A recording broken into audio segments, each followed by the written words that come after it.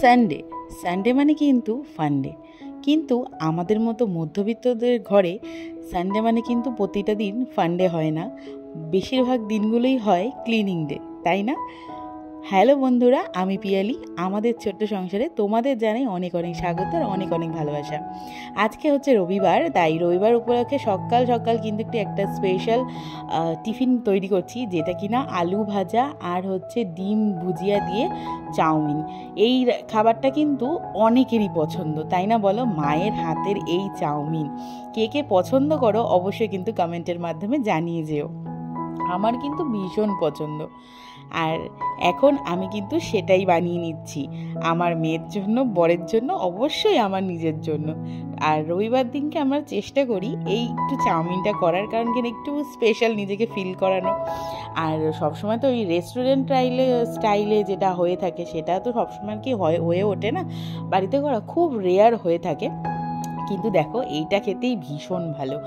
যাই হোক, খাওয়া দাওয়া কমপ্লিট করে এখন চলে এসেছি জোর কদমে রান্না বান্না করতে হবে, তাই জন্য এখানে কেটে নিয়েছি উচ্ছে আলু ভাজা, পেঁয়াজ দিয়ে এটাকে ভাজবো, সাথে করব হচ্ছে এঁচোড়। আজকে আর খুব একটা রান্না বান্না তোমাদের সঙ্গে শেয়ার করব না, কারণ আজকে হচ্ছে ক্লিনিং ডে। প্রথমেই বললাম আজকে একটু ডিপ ক্লিন করব। তো যাই হোক, এই আনকমপ্লিট ঘরটাকে একটু ডিপ ক্লিনিং করলে আমার মনে হয় অনেকটা পরিষ্কার পরিচ্ছন্ন লাগে, এই আর কি, একটু ফ্রেশ ফিল হয়। তাই জন্য ঝটপট রান্নাটাকে করে নিচ্ছি। তোমাদের সঙ্গে আজকে বেশিরভাগ রান্নাবান্না কিচ্ছু শেয়ার করবো না, কোনো রেসিপি না, কিচ্ছু না। কি রান্না করলাম সেটাও দেখাইনি আমি ভিডিও করে, ঝটপট রান্নাটা সেরে নিয়েছি। এখন দেখো, আমার কিন্তু মোছামুছিটাও কমপ্লিট হয়ে গেছে।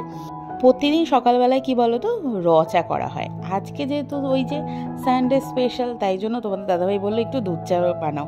সকালবেলায় টিফিনের সাথে অনেক সময় দুধ চা খাওয়া হয়, কিন্তু আজকে আর যেহেতু চা খাওয়া হয়নি, তোমাদের দাদাভাই বাড়িতেই ছিল, তাই জন্য ওই চাটা এখন করলাম। আর আখি সেইখান থেকে একটু ভাগ নিতে আমার কাছে এসেছিলো।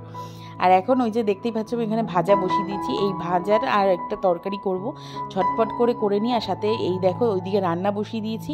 বসিয়ে দিয়ে কিন্তু এই পাশে আমি বাসন যেগুলো মাঝামাঝি আছে সেগুলোও করে নিচ্ছি, যাতে কি না খুব একটা দেরি না হয়। কারণ এদিকে দেরি হয়ে গেলে আবার দুপুরবেলার খাওয়ার খেতেও কিন্তু অনেকটা দেরি হয়ে যাবে। কিন্তু ওই খাওয়ার টাইমের আগের মধ্যে কিন্তু আমাকে যে ক্লিনিংয়ের কাজগুলো সেগুলো কিন্তু অবশ্যই করে নিতে হবে। আজ হচ্ছে মাতৃদিবস, তো সকল মায়েদের জানাই মাতৃদিবসের উপলক্ষে অনেক অনেক ভালোবাসা ও প্রণাম আর অনেক অনেক শুভেচ্ছা। আচ্ছা, আমার না রান্নাটা কিন্তু কমপ্লিট হয়ে গেছে, সেটা তোমাদেরকে পরে দেখিয়ে দেবো। আর এখন আমি কিন্তু ঝাড়পোছ করতে চলে এসেছি। আসলে কি বলো তো, আমি প্রায় একটু ঝুলটা ঝেড়ে নিই, কারণ কি না বেশি ওই জন্য ঝুল পড়ে না, যেহেতু এখন এই জায়গাটা তো পুট্টি করা, সাদার মধ্যে যদি ঝুল পড়ে বেশি নোংরা হয়ে যায়, দেখতে ভীষণই বাজে লাগে। তাই জন্য আমি না যখনই সময় পাই ওই ঝুলটা একটু ভেঙে দিই। আর কি বলো তো, অন্য ঘরগুলো আমি সেরকম একটা করতে পারি না, কারণ চোখের মধ্যে বালি পড়ে, যেহেতু ওই ঘরগুলো এখনও পুট্টি করা হয়নি।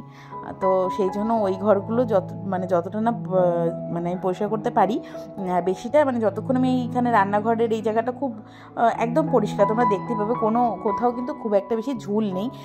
কিন্তু ওই ঘরগুলোতে আছে, ওই ঘরগুলো আমি করে নেবো, কিন্তু তোমাদের সঙ্গে আর ভিডিও শেয়ার করতে পারিনি, কারণ কিনা এত পুরো বাড়িটা যদি আমি পরিষ্কার করাটা শেয়ার করি না, ভিডিওটা এতটাই বড় হয়ে যাবে যে আমি তোমাদের সঙ্গে শেয়ারই করতে পারবো না। কারণ এখন তো আমার চ্যানেলটা খুবই ছোট, আর একটু ছোট ভিডিও দিলে সবাই বেশ সুন্দর করে দেখার চেষ্টা করে, আর বেশ ভালোবাসাটা অনেকটাই দেয়। কিন্তু যখনই অনেক বড় ভিডিও দিয়ে দেবো না, তখন আর কেউ পছন্দ করে না। তো এটা আর কি সবারই হয়, একটা অনেক বড় ভিডিও বেশিক্ষণ দেখতে ভালো লাগে না, তো একটু ছোট হলে ভিডিওটা দেখতে একটু ভালো লাগে, এটা সবার ক্ষেত্রেই হয়ে থাকে। তো আমারও ক্ষেত্রেও সেটাই হয় আর কি।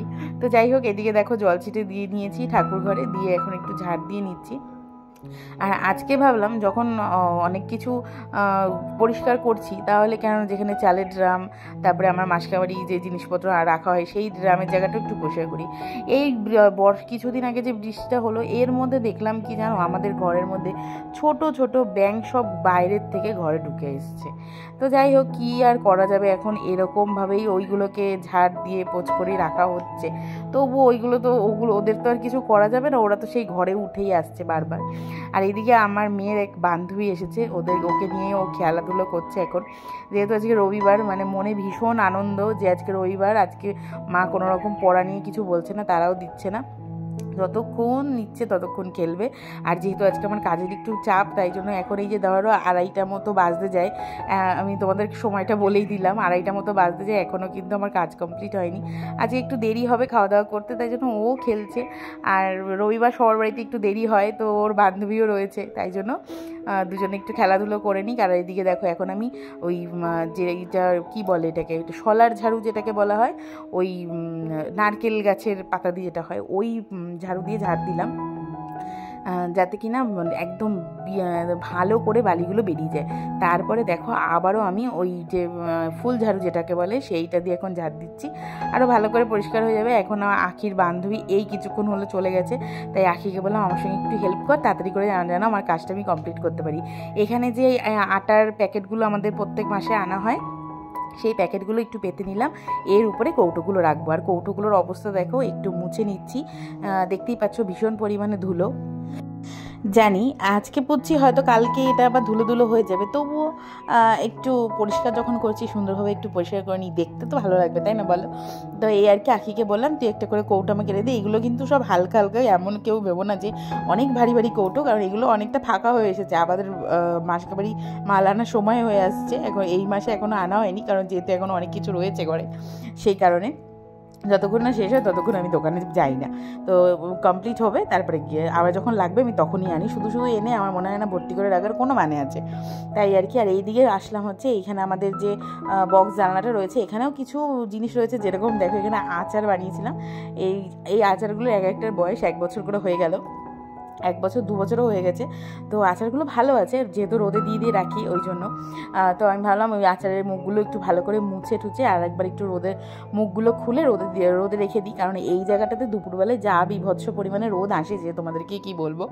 এখানটা ভাবছি একটা পর্দা লাগিয়ে দেবো। আমি একটা বিছানা চাদর কেটেছি, জানো তো, বিছানা চাদরটা খুব সুন্দর দেখতে, কিন্তু মানে বিছানায় পেতে একদম ঘুমানো যায় না, এতটাই গরম। তাই জন্য ভেবেছি ওটা তো পাতা যায় না, কিন্তু প্রিন্টটা এতটাই সুন্দর ভেবেছি ওটাকে কেটে রেখেছি, ইচ্ছা আছে এটা দিয়ে একটা পর্দা করে দেবো।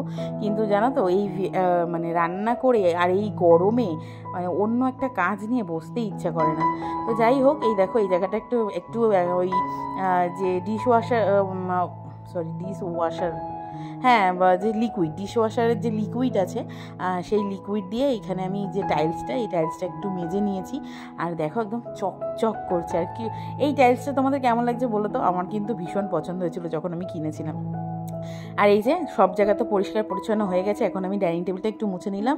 তাহলে বন্ধুরা, আমি কিন্তু গল্প করতে করতে ভিডিও শেষে চলে এসেছি। আজকের ভিডিওটা তোমাদের কেমন লাগলো সেটা কিন্তু জানাতে ভুলো না। ভালো লাগলে একটা লাইক করে যেও, আর সাবস্ক্রাইব করে আমার এই ছোট্ট পরিবারটার পাশে থেকো, আর অনেক অনেক ভালোবাসা দিয়ে যেও। আজকে যেগুলো রান্না করেছিলাম এখন সেটা দেখিয়ে দিচ্ছি। করেছিলাম উচ্ছে আলু ভাজা, আর সাথে করেছিলাম হচ্ছে এঁচোড়ের তরকারি। তো চলো আজ আসি, দেখা হচ্ছে নতুন একটা ব্লগ নিয়ে। ভালো লাগলে অবশ্যই পাশে থেকো। চলো টাটা, বাই, ভালো থেকো, সুস্থ থেকো।